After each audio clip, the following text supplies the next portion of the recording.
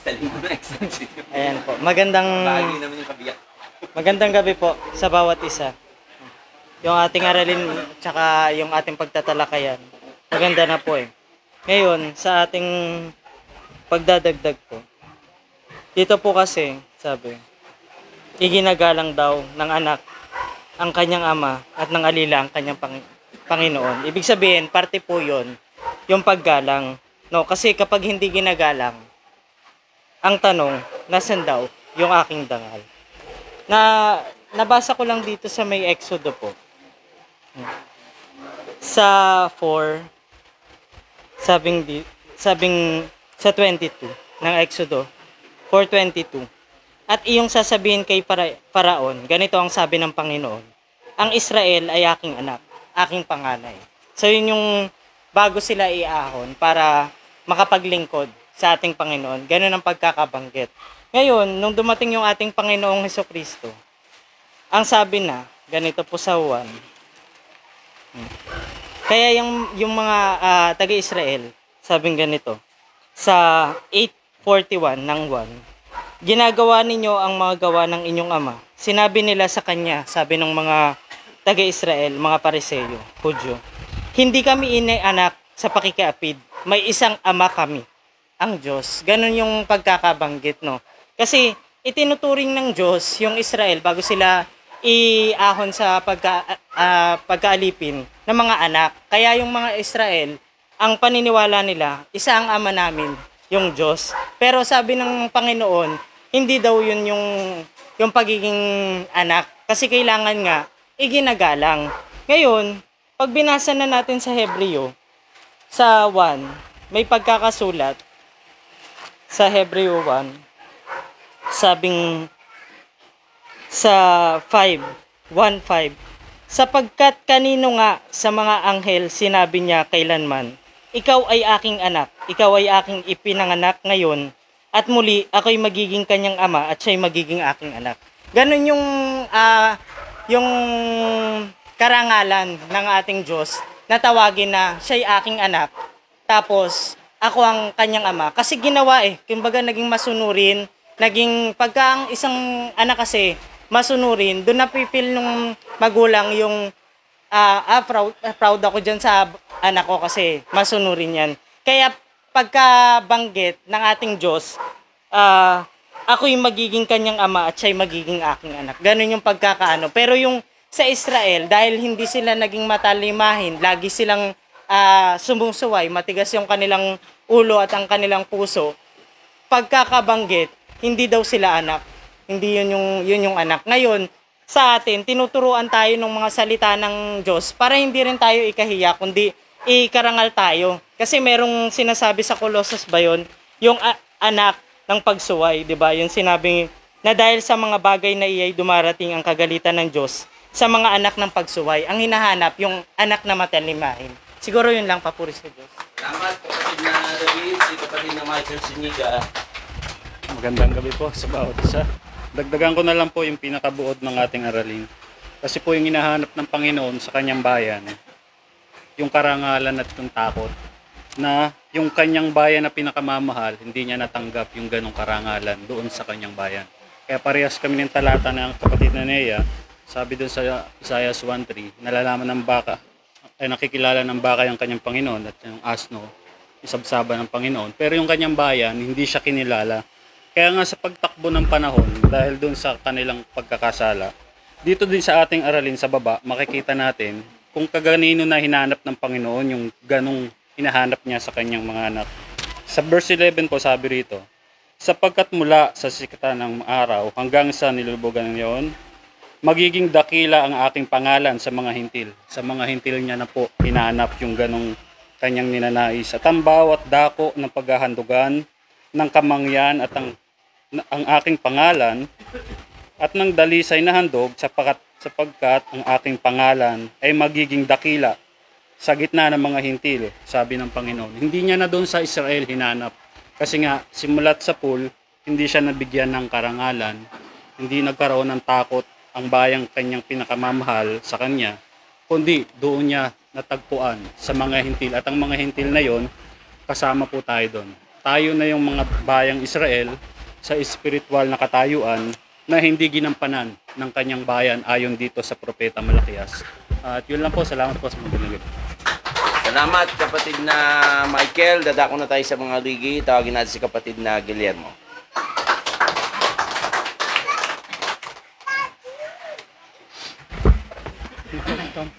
Walang ilaw. Sige mga kapatid, itong pag-aaral natin dito sa Malakias, nakatutok ito doon sa mga saserdote. Kaya nakapagsalita yung ating Panginoon dito ng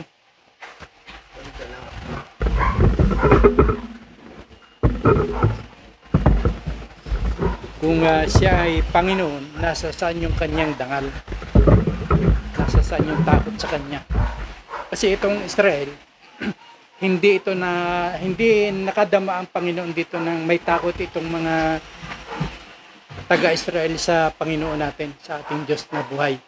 Hindi naramdaman ng Panginoon ito na mayroon takot ang Israel sa kanya, kundi lahat ng katigasan ng ulo, yung katigasan ng puso, ito yung nakita ng Panginoon sa Israel. Bagaman ipinakita ng Panginoon yung doon pa lang sa pag-aalis sa kanila sa Ehipto, napakarami ng himala, napakarami ng ang ipinakita ng Panginoon sa Israel noon. Pero naging walang kabuluhan sa kanila yung ginawa ng Panginoon. Kaya dito sa Malakias na ito, pakibasa mo kapatid yung aralin natin. Malakias ano po? Yung aralin natin. Sabi sa Malakias 1:6, iginagalang ng anak ang kanyang ama at ng alila ang kanyang Panginoon. Kung ako nga'y ama, saan nandoon ang aking dangal? At kung ako'y Panginoon, saan nandoon ang takot sa akin? Sabi ng Panginoon ng hukbo sa inyo. O mga saserdote na nagsisihamak ng aking pangalan at inyong sinasabi, sa ano namin hinamak ang iyong pangalan? Okay. Dito sa 2 ng Malakias pa rin, 2:1, binanggit dito na itong utos na ito, itong aral na ito, talagang nakatutok sa mga saserdote ng Israel ito. Nakatutok doon. Kasi nga itong mga saserdote, dapat magsasalita sila doon sa 7. Baka basa mo yung 7? 2:7 po. 2:7. Sabi sa 2:7 ng Malakias, sapagkat ang mga labi ng saserdote ay dapat mag-ingat ng kaalaman at kanilang marapat na hanapin ang kautusan sa kanyang bibig, sapagkat siya ang sugo ng Panginoon ng mga hukbo. Gayon pala yung sugo ng Panginoon, kinakailangan nasa sa bibig niya yung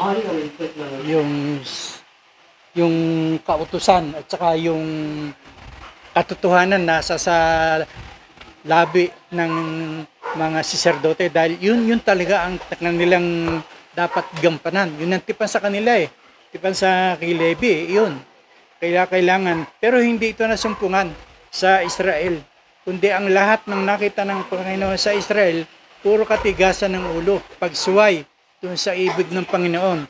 Kaya dito sa ating aralin, yung binasa kanina ni kapatid na Michael sa 11, inano na niya na sa mga hintil niya nasumpungan yung talagang yung pakibasa mo yung 11 kapatid. 1:11 ng Malakias. Malakias pa rin, no? Oo. Sabi sa Malakias 1:11, sapagkat mula sa sinisikatan ng mga araw hanggang sa nilulubugan niyaong magiging dakila ang aking pangalan sa mga hintil, at ang bawat dako ay paghahandugan ng kamangyan ang aking pangalan at ang dalisay na handog, sapagkat ang aking pangalan ay magiging dakila sa gitna ng mga hintil, sabi ng Panginoon ng hukbo. Okay. Kaya doon na nalugod ang Panginoon sa mga hintil ngayon, kasi yun yung may takot, yun yung may pagsunod sa sa utos ng Panginoon. Kaya sabi na rito sa 14, bakit pakibasa rin kapatid? 1:14. Ngunit sumpain ang mangdaraya na mayroon sa kanyang kawan na isang lalaki at nananata at naghahain sa Panginoon, ng marungis na bagay.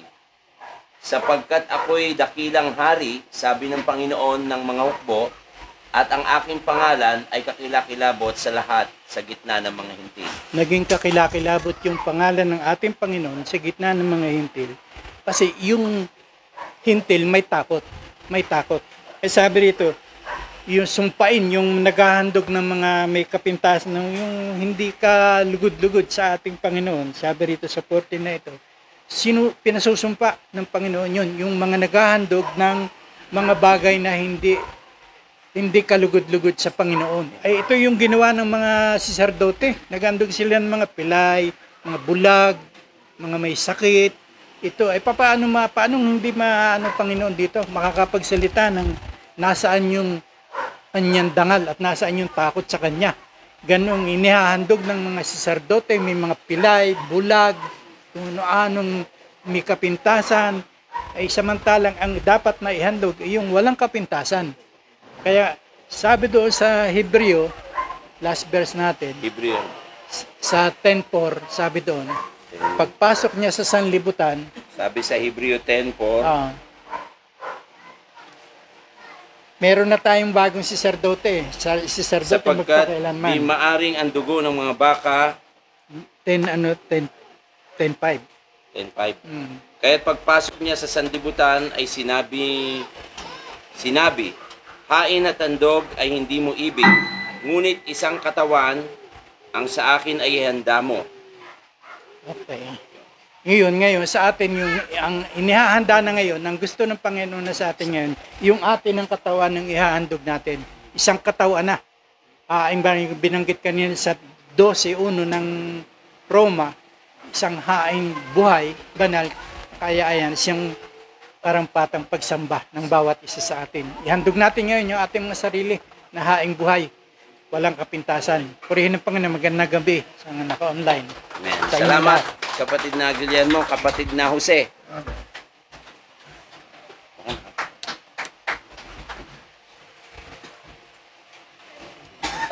Next na. Hello. Gandang gabi sa bawat sa purin, Panginoon. Ganun sa mga naka-online. Dadagdag na lang tayo ng konti, no?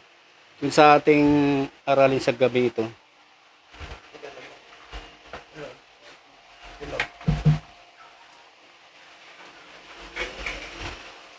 Yung sa Malakyas, ang ating aralin. Ito yung, hindi lamang ito patungkol dun sa mga saserdote, no? Yung unang panahon. Maging sa atin, tinatawag din tayong saserdote ng Panginoon, eh. At ng unang Pedro, at 1:6 ng Apokalipsis, nandun din yun. Maging saserdote rin tayo ng Diyos, no? Kaya yung ating paghandog na naukol sa Kanya, ukol sa Espiritu. Itong sinira kasi nito, yung sabi sa Siyas 4, di ba?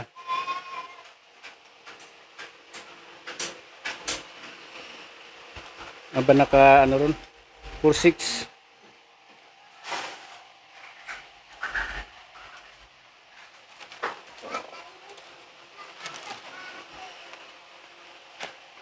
Sabi sa 4:6 ng Uzias, ang aking bayan ay nasira dahil sa kakulangan ng kaalaman, sapagkat ikaw ay nagtakwil ng kaalaman.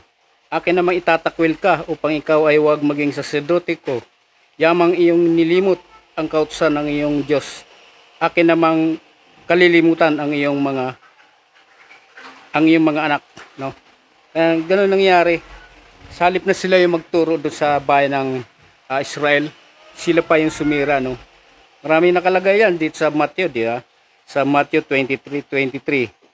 Sabi rito, sa banin niyo mga scribe at mga pariseo, mga mapagpaimbabaw, sapagkat nagbibigay kayo ng mga ikapo ng yerba buena at ng anis at ng kumino, at inyong pinababayang di ginagawa ang lalong mahalagang bagay ng kautusan, na diliibat ang katarungan at ang pagkahabag at ang pananampalataya. Dapat sana ninyong gawin ang mga ito at huwag pabayang di gawin yaong iba. Yun po yung naging kapintasan ng mga namumuno nun. Kasi sila nga yung sugo ng Panginoon ng mga hukbo, no? Na dapat, nabasa na rin ito kanina, na sila yung nandun sa kanilang bibig yung kautosan ng Panginoon. Sinira nila. Meron pa rin dito, at sa panahong to, hindi lang yung mga saserdote na, itong mga pastor, di ba? Sinira ng maraming pastor ang aking ubasan. Sa 12 ng Jeremias, babasahin natin. 12:10. Sinira ng maraming pastor ang aking ubasan. Kanilang niyapakan ng paa ang aking bahagi. Kanilang ginawa ang aking malagang bahagi na ilang nasira, no? Inano yung tao do sa halip doon sa katotohanan, niliko, no? Yung aral binago, no? Ngayon naglabasan, di ba? Yung panahon to. Yung turo ng tao, hindi yung turo ng ng ating Panginoon Diyos na dapat siya yung susundin.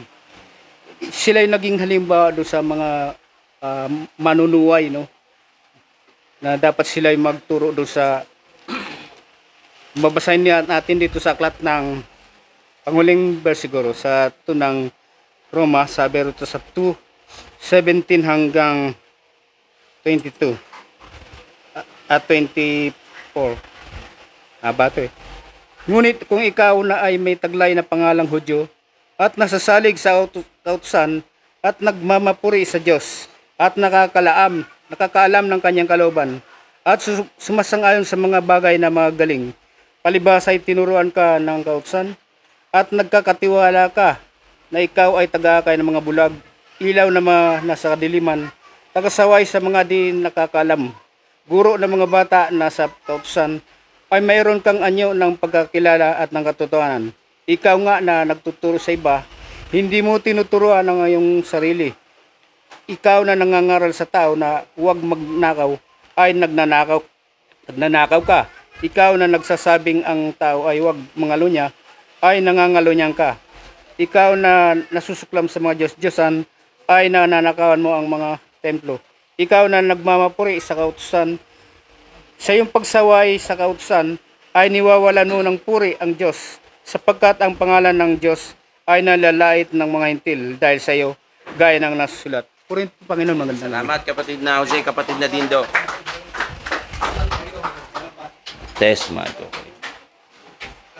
Purin ng Diyos, magandang gabi po. Santa Rosa, magandang gabi. At sa ating pag-aaral, no, tanda natin yung nung unang panahon talaga, kinukuha yung mga saserdote doon sa lahi ni Levi, no, lahi ni Levi, no? Alam natin yan. Dahil sila lang yung hindi pinagkaluban ng mga lupain. Kaya sila rin yung may karapatan na tumanggap ng ika-10 bahagi. Anong bagay na ika-10 bahagi noong unang panahon? Yung mga saserdote na mula sa lipi ni Levi. Ngayon, sa pagtatalaga ng saserdote, makita natin na pagtatalaga ng saserdote, kahit na sila doon sa lipi ni Levi, may mga katangian din sila. Na dapat, palagi ko alam ng mga saserdote, katulad ng binanggit kanina, no? Dapat yung mga labi nila, walang makitang kalikuan. Puro katotohanan. Yun ang banggit kanina. Ngayon, sabi rito, sa 21 na Levitico, sila yung sinasabi rito na huwag silang magpapakahawa na magpapakarumi. Dito sa 21:4, dito sa 6 naman.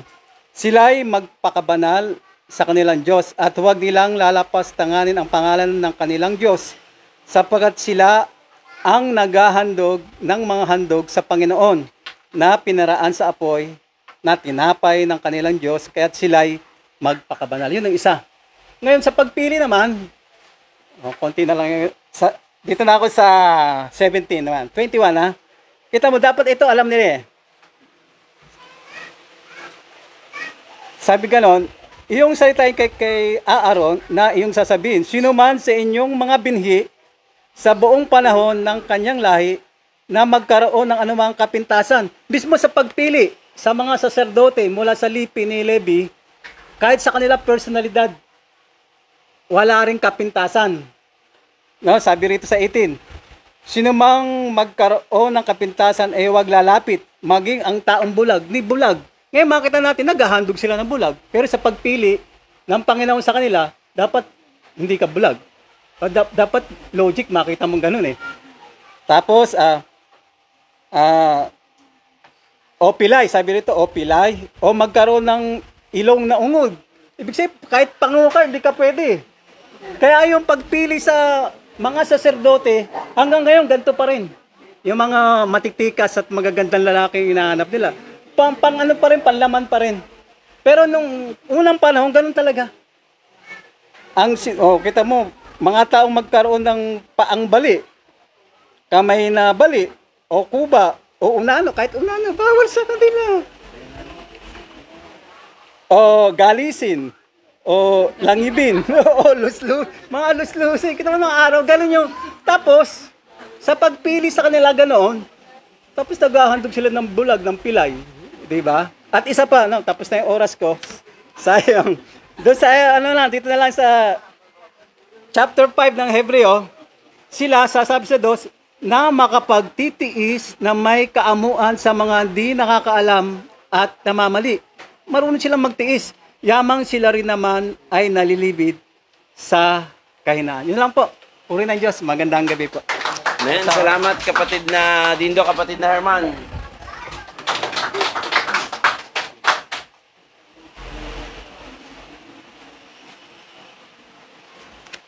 Magandang gabi sa Panginoon, purihin siya.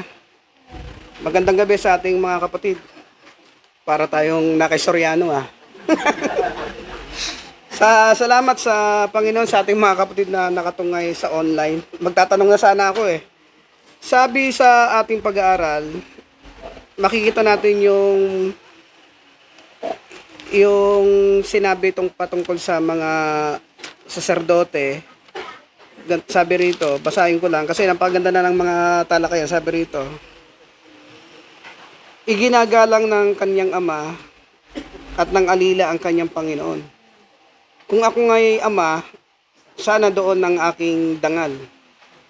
At kung ako'y Panginoon, sana doon ng takot sa akin, sabi ng Panginoon. Ang pinatutungkulan ng talatang ito, yung mga saserdote. Kasi kung ating pag-uusapan yung salitang saserdote, sila talaga yung may karapatang mamahala ng unang panahon sa sinasabing tabernakulo ng ating Panginoon o doon sa mga dambana.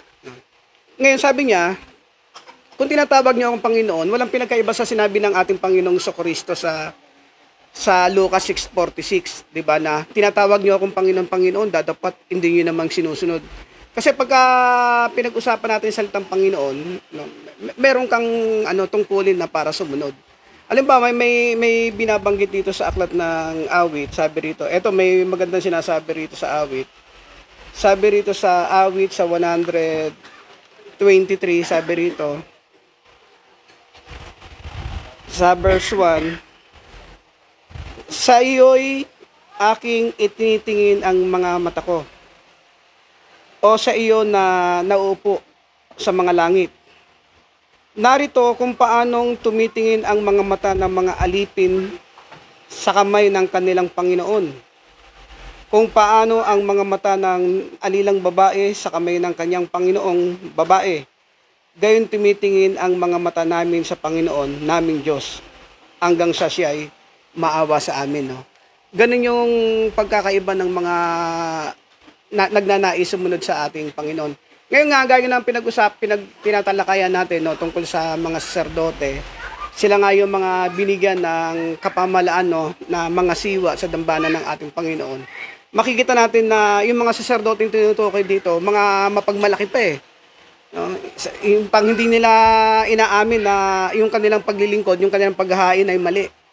Pero makikita natin, sa kapanahunan natin ngayon, yung mga saserdoteng yun na mga itinilaga para sa mga tao, inugot din niya sa mga tao. Hindi gaya ng pagkasaserdote ng ating Panginoong Jesucristo, yung pagkasaserdote niya ay galing sa Panginoon, sa Diyos na makapangyarihan sa lahat. Kaya sa mga nalalabing panahon, pagka pinag-usapan natin sa salitang saserdote, Sabi rito sa unang Pedro, sabi rito sa verse 2, verse 5. Sabi niya rito, kayo rin naman na gaya ng mga batong buhay ay natatayong bahay na ukol sa Espiritu. Sabi rito, upang maging pagkasaserdoting banal, upang maghandog ng mga hain na ukol sa Espiritu. No, sabi rito, na nangalulugod sa Diyos sa pamamagitan ni Jesucristo. No, yung pagkakaiba ng araw, yung mga hayop, pero sa kapanahunan natin ngayon, pagka ikaw ay tagasunod ng ating Panginoon o yung itinilaga ka bilang tagapamahala, no, yung paghahandog, hindi na yung mga hayop na gaya ng ginagawa ng mga ng unang panahon, kundi yung paghahandog natin, yung mga nauukol na ayon sa Espiritu, yung nauukol sa Espiritu na nakalulugod sa ating Panginoon. No, magandang gabi, mga kapatid po rin ng Panginoon. Salamat, kapatid na Herman, kapatid na Oliver. Salamat kapatid David at magandang gabi sa bawat isa, sa Panginoon at sa bayan ng ating kapatid na mga Toller family. At napakaganda po ng ating daloy, ng ating bahagi. Kasi yung ilang pa na bahagi kanina, yung gusto kong ibahagi, na bahagi na. Yung ilan. Sabi, dagdag na po siguro sa akin, pagdagdag na lang, na isa nga sa nakita ng Panginoon dyan, sa bayang Israel, hindi lang doon sa mga, sa mga saserdote na tinawag niya eh. Yung 2:11 ng Jeremiah, ganito ang sinasabi dyan. Sabi dito, ipinagpalit baga ng isang bansa ang kanilang mga Diyos na hindi mga Diyos, ngunit ipinagpalit ng aking bayan ang kanilang kaluwalhatian sa hindi pinakikinabangan. Alam mo naman natin kung kwento nito, di ba? Yung Diyos na gumawa ng kaginagilas na gawa nung sila iniaon sa Egypto, ay pinagpalit nila doon sa bakang Diyos-Diyosan, di ba? Si Baal. Kaya ganun nila nilait o inalisan ng dangal ang Panginoon sa kanilang mga gawa. Kaya nagalit ang Panginoon eh. At unang nagalit ng Panginoon dito, makita sa pag-aaral natin ngayon, sa mga saserdote. Kasi sila talaga, yung binigyan ng tipan ng Panginoon talaga. Diba? Sila yung pinili eh. Yung lipi ni Levi, pinili siya ng mga siwa doon sa tabernakulo ng Panginoon. Sila. Kaya na lang, yung masakit nga nangyari, yung mga nabagi kanina, kung ano yung nangyari. At dito naman, sa chapter 3 ng Malakyas, may inihula na rin eh, na magbibigay ang Panginoon ng isang tipan. At yung gawain ng tipan nito, basahin natin ha. Yung tipan na yon, babasahin ko yun sa chapter 3 siguro. Sa 3 na, shortcut ko na po. At siya'y mauupong gaya ng mangingintab at mangdadalisay ng pilak. Ang tinutukoy nito, yung tipan na sinugo, walang iba, ang ating Panginoong Jesucristo. Sabi nito, dadalisayin ang mga anak ng Levi at kanyang pakikinising parang ginto at pilak at sila'y maghahandog sa Panginoon ng mga handog sa katwiran. Kaya nga bahagi ito nung dumating ang ating Panginoong Jesucristo, para bang kumbaga sa nasasapawan yung mga saserdote ng munang panahon eh.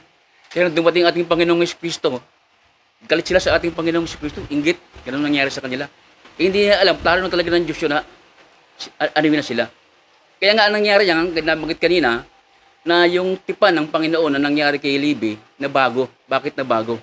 Kasi nga, hindi sinira nila yung tipan na yan. Ngayon, ano yun? Yung binigay na tipan dito kay Levi, na pagkakasaserdote, salita na ibinigay ng Panginoon, ayon sa kautusan. Binigay sila. Pero yung pagkasaserdote ng ating Panginoong Hesus, doon sa 7:21 ng Hebreo, sabi dito,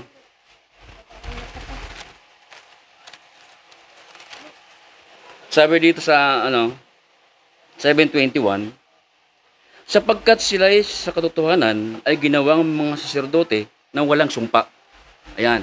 Kaya yung bigat ng sumpa, kasi nung unang panahon pa lang, meron na palang ganito na sinasabi ang Panginoon. Datapwat, siya'y may sumpa sa pamamagitan niya ang nagsasabi tungkol sa kanya. Sumumpa ang Panginoon at hindi siya nagsisi. Ikaw ay saserdote magpakailanman. Ay gayon din naman si Jesus ay naging tagapanagot sa lalong mabuting tipan. Kaya nga, ganun yung hiwaga noon. Na nawala sa kanila yung pagiging saserdote. Kasi alam naman natin yung halaga ng saserdote ng unang panahon eh. Isa sa mahalaga ng kadahilanan niyan, yung basahin niyo yung yung Hagay 2:11. Sabi dito, sa Hagay 2:11 ng Hagay, sila talaga yung unang panahon inaasahan ng Panginoon talaga eh.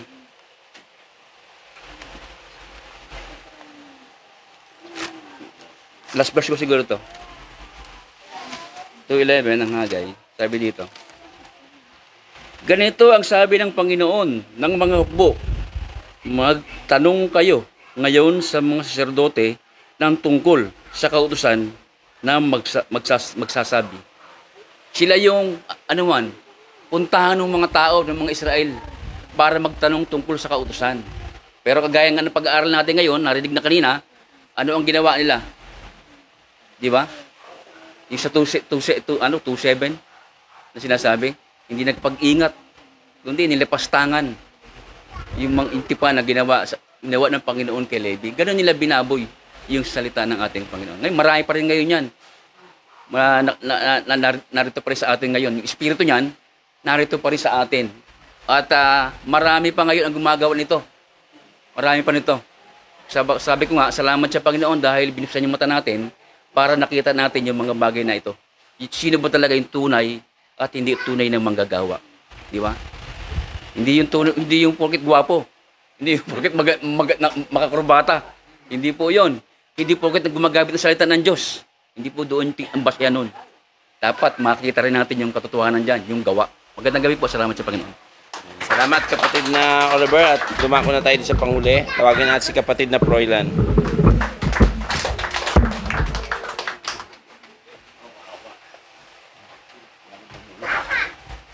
Magandang, saan ba dito? Ito. Para magko-concert Isang magandang hilo. Masyado mainit, no? Hindi ba napapansin ng panahon? Mainit. Yan pa lang yan pa lang. Kung ating titignan, napakaganda ng bahagi ng mga kapatid. Alam yung kanilang mga ipapahayag at nagpapasalamat tayo sa Panginoon para dito. At makikita natin yung naging istorya talaga ng Israel. Bagamat sinasabi rito na iniibig ko kayo. Totoo naman yun. Yung salitang iniibig niya, talagang ipinakita niya yun sa Israel. Sabi nga niya sa Isaiah, dito sa 43:1, ganito yung pagkakasabi. Ating basahin. Ngunit ngayon, ganito ang sabi ng Panginoon na lumalang sa iyo, O Jacob, at nag-anyo sa iyo, O Israel, ikaw ay huwag matakot sapagkat tinubos kita, tinawag kita sa iyong pangalan, ikaw ay akin. Sabi nga, para ka talaga sa akin, sabi nga. At pinatunayan din niya ni Moises sa aklat po ng Deuteronomy, dito po sa 7:9. Ganito naman yung pagkakasabi. Sabi rito,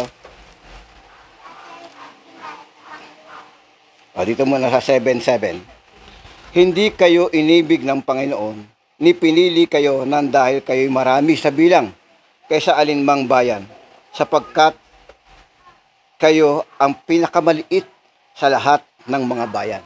Ang Israel daw pong pinakamaliit sa lahat ng bayan. No? Sabi rito, ngunit dahil sa inibig kayo ng Panginoon at dahil sa kanyang tinupad ang sumpa sa kanyang isinumpa sa inyong mga magulang, ay inilabas kayo ng Panginoon sa pamamagitan ng makapangyarihang kamay at tinubos kayo sa bahay ng pagkaalipin mula sa Paraon na hari ng Ehipto. Talastasin mo nga ang Panginoon ninyong Diyos, isang Diyos, ang tapat na Diyos na nag-iingat ng kagandaang loob sa mga umiibig sa Kanya at tumutupad ng Kanya mga utos hanggang sa 1,000 salin-salin lahi. Layo nun, tagal nun.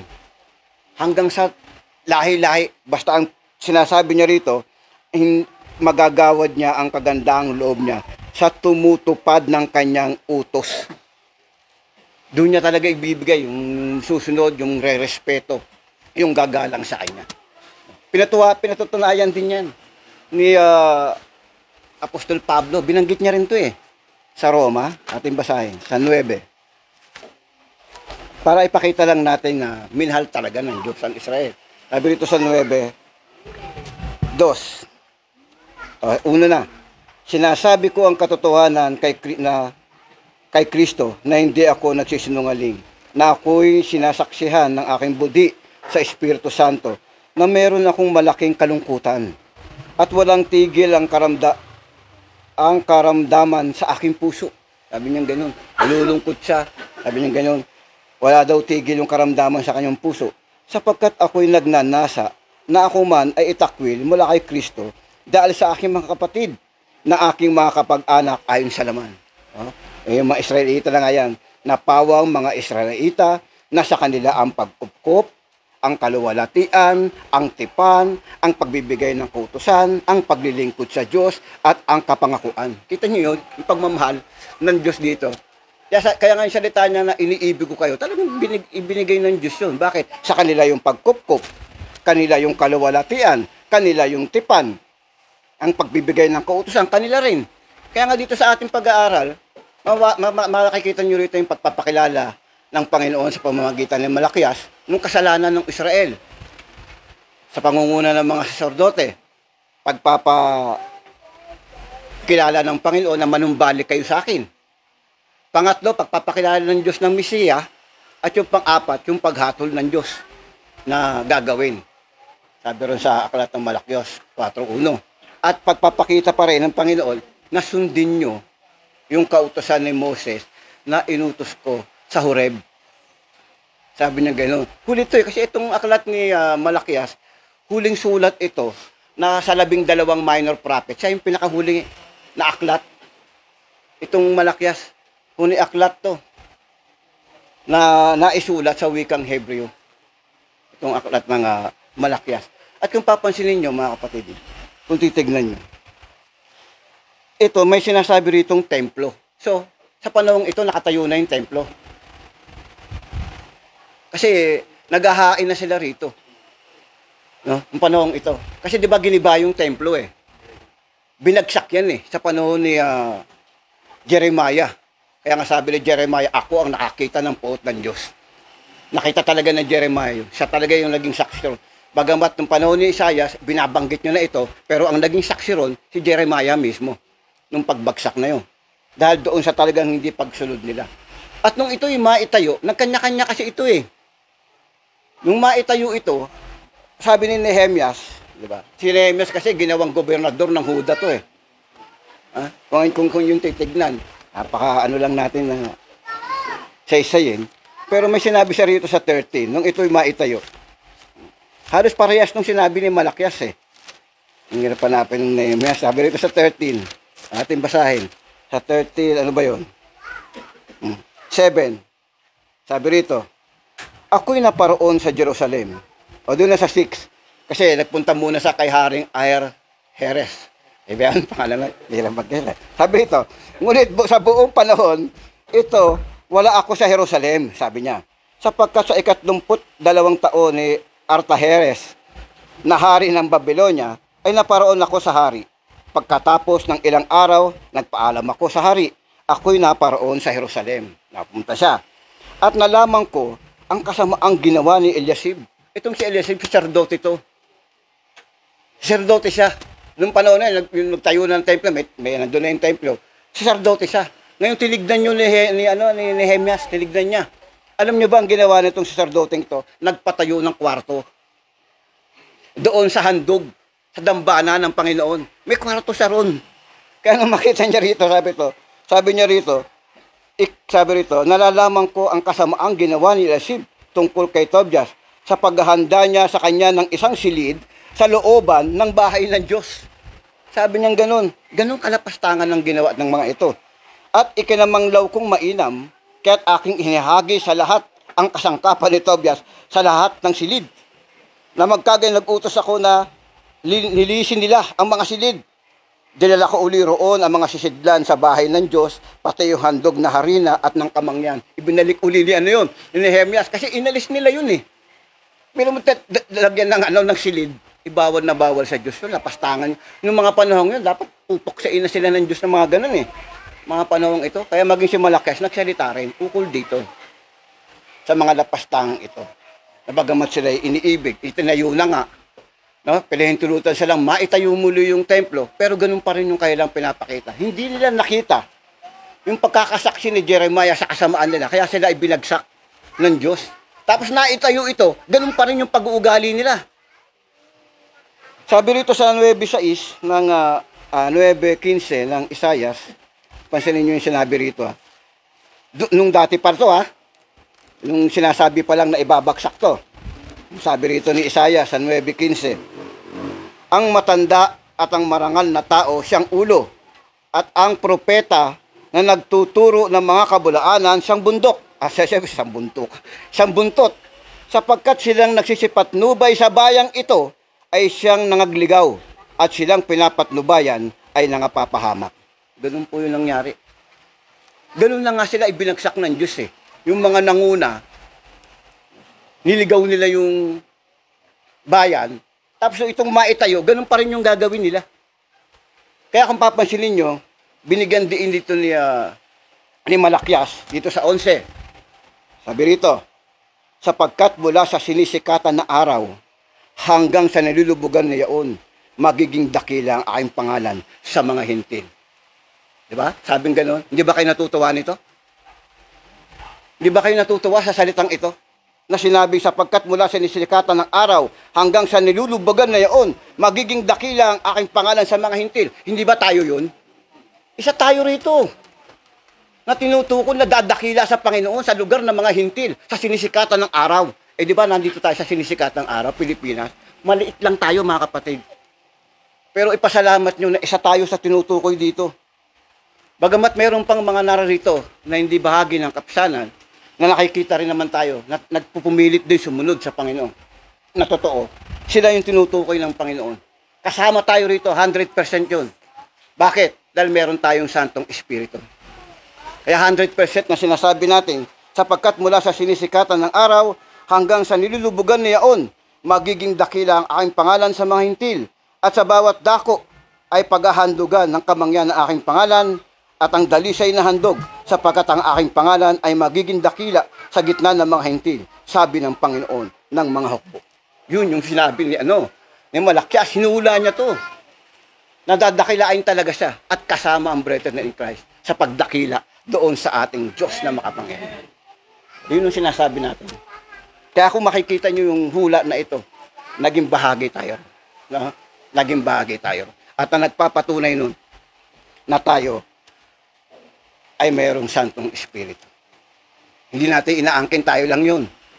Naniniwala tayo, mayroon pa dyan sa sinisikatan ng araw na yan. No? Na mga naglilingkod din sa Diyos. At nakita natin na nagsisikap din naman. No? Bagamat hindi sila, kumbaga hindi sila binabaan talaga ng Santong Espiritu. Pero nakita natin meron sila kahit pa paanong gabay ng Diyos. Kasi talaga nagpupumilit sila sa gawang mabuti. No? Nagpupumilit din sila.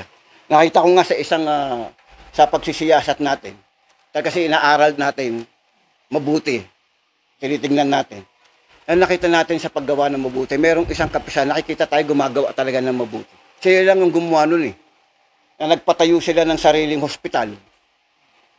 Nagpatayo sila ng sariling hospital, hindi para sa kanila lang, kundi sa mga tao na hindi kaya magbayad. Yun yung kanilang ginawa. Nag-ampun sa mga hindi na talaga mga matatanda na hindi na minasakitan ng kanilang mga anak. Inampun nila yun.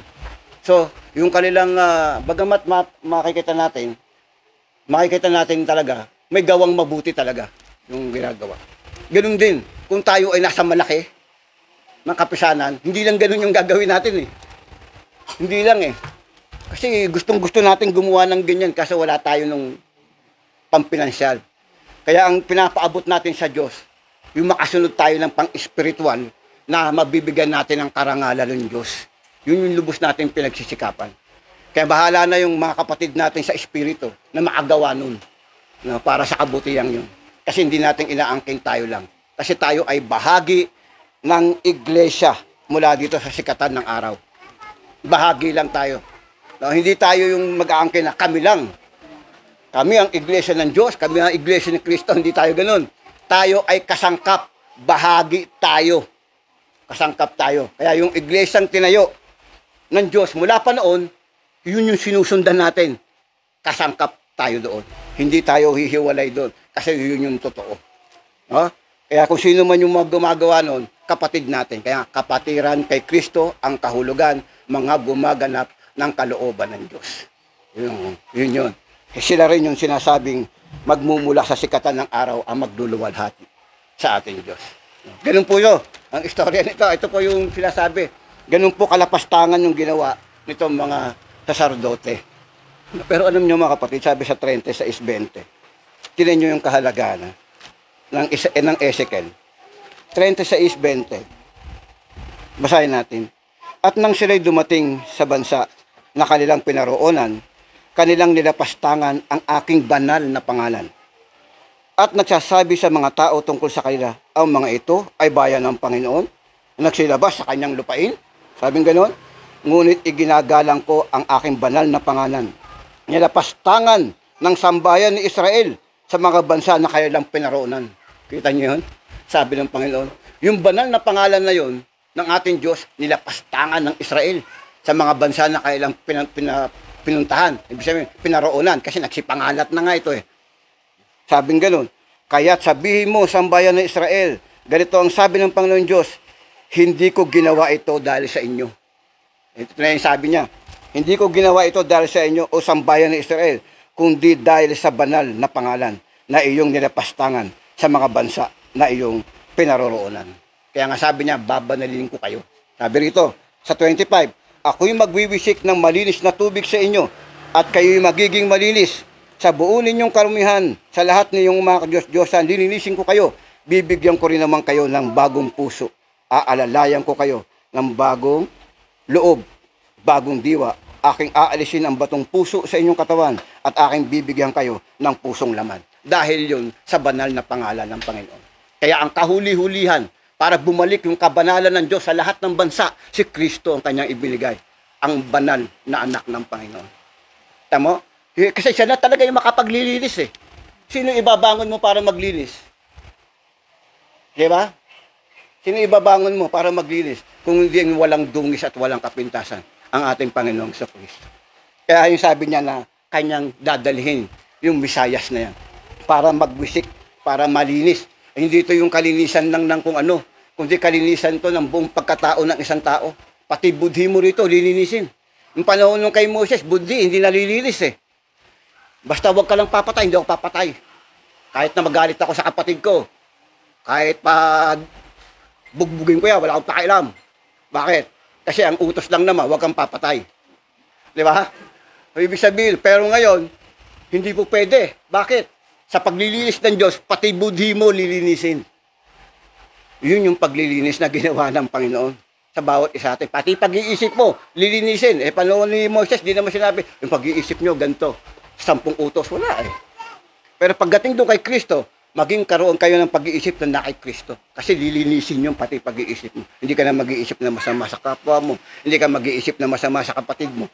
Bakit? Kasi nga pati budhi nung kasama na sa pagkalilinis na ibibigay ng Diyos.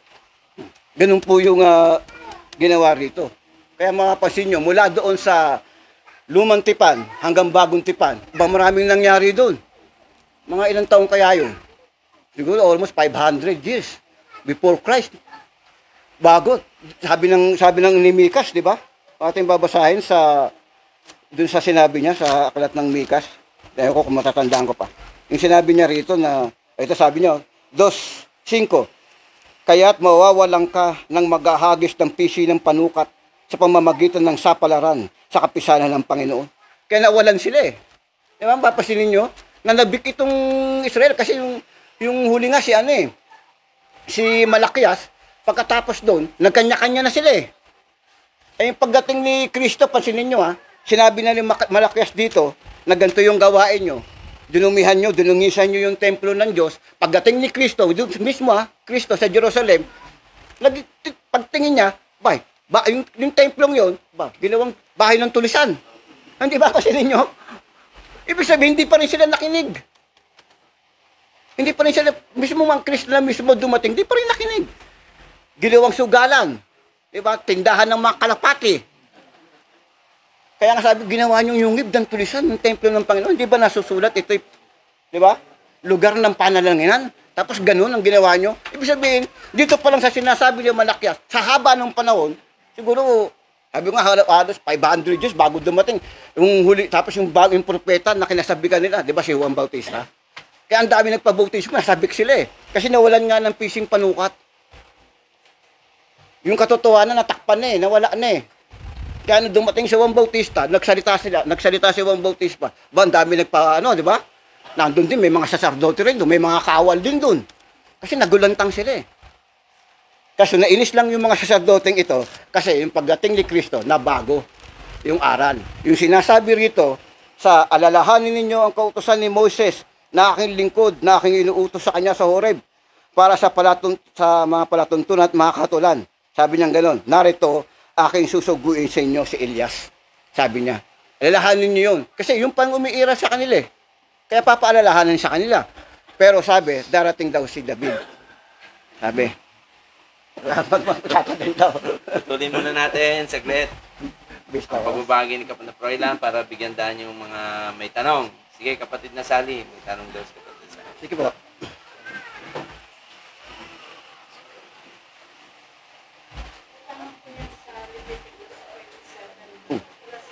Akala ko sa Malakyas to. Matanong ko lang doon kung yung mga nabanggit ko kanito. Leviticus 27:9. 27. Sabi ko 9. Sige. 27:9. Sa anong to ah? Sige. Basahin natin. At kung hayop, ito, hayop. At kung hayop na inahandog alay sa Panginoon, lahat na ibinigay niyon ang sinuman sa Panginoon ay magiging banal. Oh, yun po yan? Yun ba yan? Panahon nila to kasi kapatid eh. No? Huwag ninyong babaguhin o papalitan ang mabuti at masama o masama na mabuti. Kung anumang paraan ay papalitan ng iyong hayop sa iba, ay magiging kapwa banal yun at ang kapalit niyaon. Hanggang saan yun? At kung yaoy anumang hayop na karumaldual na sa hindi maihahandog na alay sa Panginoon, ay ilalagay nga niya sa hayop sa harap ng sacerdote. At ang anong tanong mo rito kapatid? Kung ito'y Di ba lahat ng inihandog doon, Mm. walang kapintasan? Tapos dyan sa Malakyas. Dito sa lalasan, Mm. yung may mabuti, isa papalitan ng masama. Pero may masama binanggit, hindi mo siya pwede palitan. Ano ba? Tsaka ang tanong ko dito, ito ba kasama sa kautusan mo, kasama sa mga Oo. Kasi bahagi kasi ito lang palatuntunan na inilagay ng Diyos. Ang batas ng Diyos, sabi sa aklat ng Deuteronomy sa 15:21, ating basahin. Ito talaga ang batas ng Diyos. Sa Deuteronomy sa 15:21. Hindi ako nagkakamali. Ito talaga yun yung batas ng Diyos.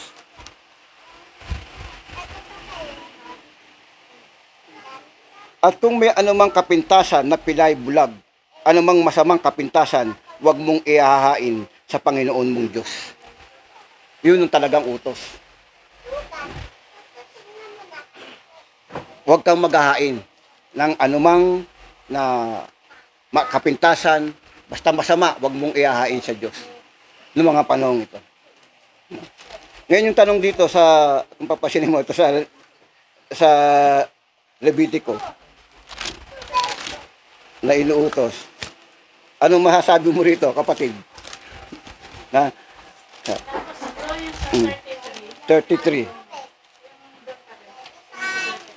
Okay. Huwag ninyong sisiyasatin kung mabuti o masama. Baka sa kawalang malay ito eh. No? Kaya kailangan wag mong sisiyasatin sa kawalang malay. Kasi kung titignan mo sa ibang termino eh. No? Batas tungkol sa mga buwis. Ang tinutukoy dito. Sabi dito, huwag niyo sisiyasatin kung mabuti o masama, ni huwag niyo papalitan kung anumang paraan sa palitan niya. ay kapwa magiging banal at hindi matutubos. Kasi may mahirap kasing ano yung mga batas ukol dito. Kasi meron diyang batas tungkol sa kawalang malay. Pag kawalang malay na hindi nalalaman, wag mo nang siyasatin yun. Kung mabuti ang masama. Kasi nga, wala kang malay dun eh. Ganun din, pinoprotektahan din yun ni Apostol Pablo na kapag may hahain sa hain ng Diyos-Diyosan, huwag ka na rin magtatanong. Huwag ka na magtatanong, hain Diyos-Diyosan. Kasi bawal sa Kristiyano sa panahon ngayon na ikaw ay kakain na hinahain sa Diyos-Diyosan. Mas talo sa kapistahan. Tandaan niya, bawal yan. Ngayon, wala kang malay. Napadpad ka. E tanghalian naman. Di ba? Tanghalian naman, napakain ka. Ay, huwag ka na magtanong. Kasi wala kang malay dun. Huwag ka na magtanong nun. Kumain ka kasi tanghalian naman yun eh. Ganyan. Siyempre, kain ka na nun. Kasi wala kang malay dun. Ngayon, kapag sinabi nung tao na nandun, ay hinain namin yan sa patron namin eh. Pesta ngayon, patay ka ron. Hindi ka na, patay ka na ngayon doon, uusigin ka na ngayon ng budhi mo. O, ganun po yun. Kapag ka sa kawalang malay ka, huwag ka nang magtanong kung masama, mabuti. Huwag mo nang anuin yun. Kasi nga, yung budhi mo ang uusig sa'yo ron. Kaya tandaan nyo, isa yung mabuti yung tanong ng ating kapatid na para malaman nyo. Nasa kapagdating sa kapistahan, tandaan nyo, bawal sa atin ang kumain ng basta-basta. Bawal yan. Kasi sigurado yan, kaya nga nagpeste. Di ba? Hain yun. Pero sinasabi ko kasi, tanghalian, nagugutom ka. Ay lagi naman kumakain ng tanghalian. Diba, ganun ang gawin mo. Di ba? Pero meron pang ibang rito na pwede tayong isagot sa susunod. Kaya ayoko sumagot ng ito konti lang. Ayoko sumagot ng wala tayong tiyak eh. Asayaan yung mag-aral tayo, mag-aral. Tapos kapag sigurado na tayo, pabanggitin natin yung talagang yung sagot na talagang hindi magigiba, kumbaga. Kasi katungkulan natin yun eh. Bilang ipapayag ng salita ng Panginoon, kailangan ipakilala mo yung aral na tama. Pakilala mo yan. Kaya sa mga ganyang bagay, kasi di ko pinapansin yung ibang ganyan eh. Mahahay, kasi wala na tayo dyan. Sa katotohanan, wala na tayo dyan. Ayon, yung mga ganyang di ba? Sa paglilinis na ganyan, sa ganito mga hayop na handog, wala tayo dyan. Kasi hindi rin natin kayang maghandog ngayon. Kapatid, kung tayo paghahandogin ng Diyos ng baka, ay hindi ko kayang bumuli ng baka.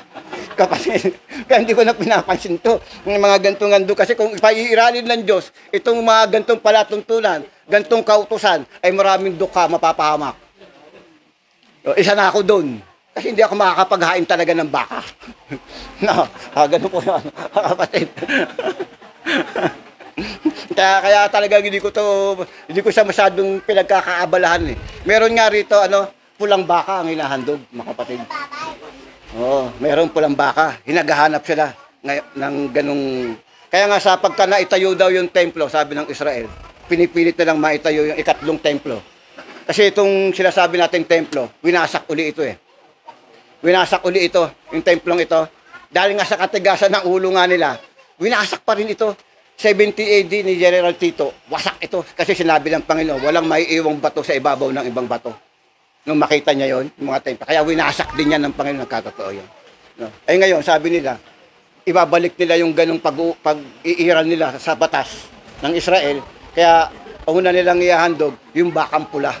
Kasi yun talaga yung una na pinahahandog sa kanila. Sige kapatid na Guillermo. Anong pala kasi hindi may mga sanggaya sa amin na picture ng mga anak. Hindi ko pwedeng hindi dadating sa amin. Pero hindi kami naghahanda ng sa pesta ng mga nandun. Gusto mga dadating sa amin na masaguan mas dadalhin namin po sa mga namin papakainin. Kaya nangyayari sa amin kahit hindi kami nakikiano din sa mga gawain ng pesta. Handa kami yung mababa namin, hindi dumating na tao sa amin. Nagkakasala ba kami doon? Mas lalo kayo magkakasala kung di nyo papakainin. Di ba? Magugutom yung tao eh. So, sa katulad ng sinabi, hindi nyo kaisipan nyo, may darating lang naman kayong bisita. Di ba? Kailangan mong paghandaan yun. Katulad halimbawa kami, pupunta sa inyo, pakainin nyo kami. Di ba? Wala po yun, wala pong pagkakamali doon.